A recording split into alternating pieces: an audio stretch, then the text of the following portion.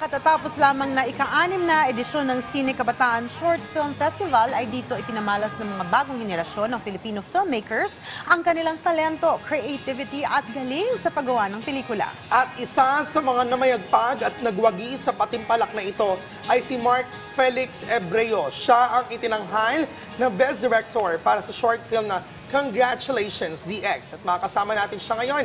Magandang umaga and welcome sa Rise and Shine Pilipinas, Mark. Good morning, Mark. Morning po. Okay, Mark, si Chito, kasama ko si Fee. Anong reaksyon at pakiramdam mo nang inanunsyo na ikaw ang nanalong Best Director sa katatapos lamang na 6th Sine Kabataan Short Film Festival? Actually po, sobrang happy ako that time. Kasi coming in dun sa premiere tsaka sa awarding namin, sobrang excited at proud na ako sa gawa namin. Kaya sobrang bonus na lang yung award sa amin. And while editing it, nung natapos namin siyang i-edit, sobrang fulfilled na kami dun sa kinalabasan ng pelikula. Kasi sobrang sobrang ganda para sa amin dito. At nabigay talaga yung mensahe na gusto namin ibigay. Ayun po. Alright. Mark, ang short film na dinirect mo at entry mo rin sa Sine Kabataan ay ang Congratulations, DX. Can you tell us more about your short film? So, yung Congratulations DX po ay tungkol kay Dexter na na-receive niya yung undetectable status niya as a person living with HIV. Then, he wants to celebrate it by reconnecting to his friends na ginost niya after his diagnosis. So, ayun po, the film is a celebration of friendship, life, and queer dahil kailangan natin bigyan ng mga representasyon at espasyo ang bawat miyembro na LGBTQIA+. Oo, tama. So, yeah. Oo. Mark, hindi madaling gumawa ng isang pelikula, maging short film man yan, no? Ano ang mga challenges na naranasan nyo para mabuo itong Congratulations, DX?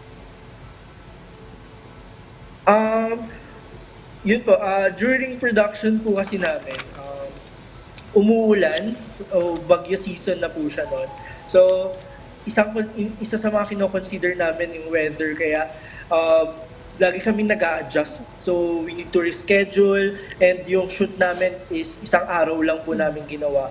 Dahil sa compromises din po sa budget, so very limited lang din po yung budget. And because of the 100K grant ng Sine Kabataan, kailangan namin i-utilize lahat ng resources namin.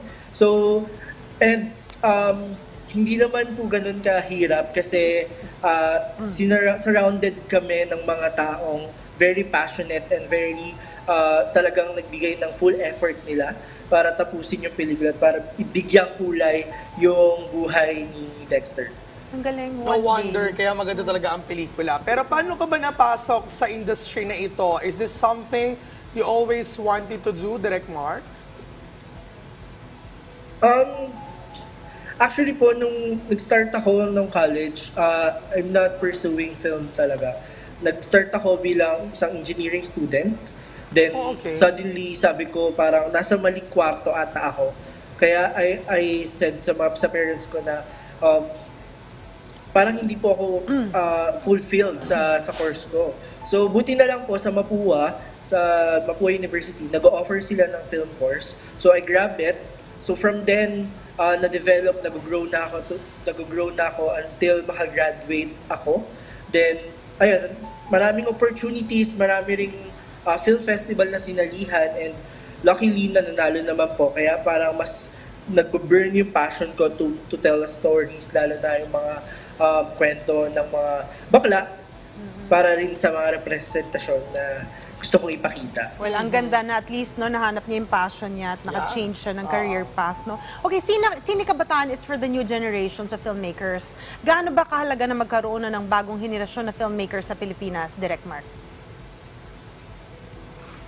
It is very important po talaga na dumami yung mga aspiring and young filmmakers. Kasi I think kami, or I consider myself kabataan pa rin po, kasi kami yung nakakakita ng mga pagbabago at ng pagdaloy ng pagiging progresibong lipunan. At ang mahalaga sa amin ay mabigyan namin ng bagong lente or magawa namin mabuksan o mapagpatuloy yung mga diskurso na kailangan na nakakaapekto sa ating lipunan. Kaya very important na laging nagkakaroon ng boses at espasyo ang mga kabataan para ipakita ang kanilang mga nararamdaman kung pelikula man o ibang uri ng sining.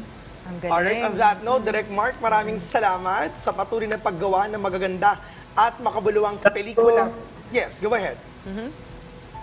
Alright, Maraming salamat po. okay, at sa pagiging inspirasyon sa mga young filmmakers ngayon. Ang galing. Saludo kami sa inyo.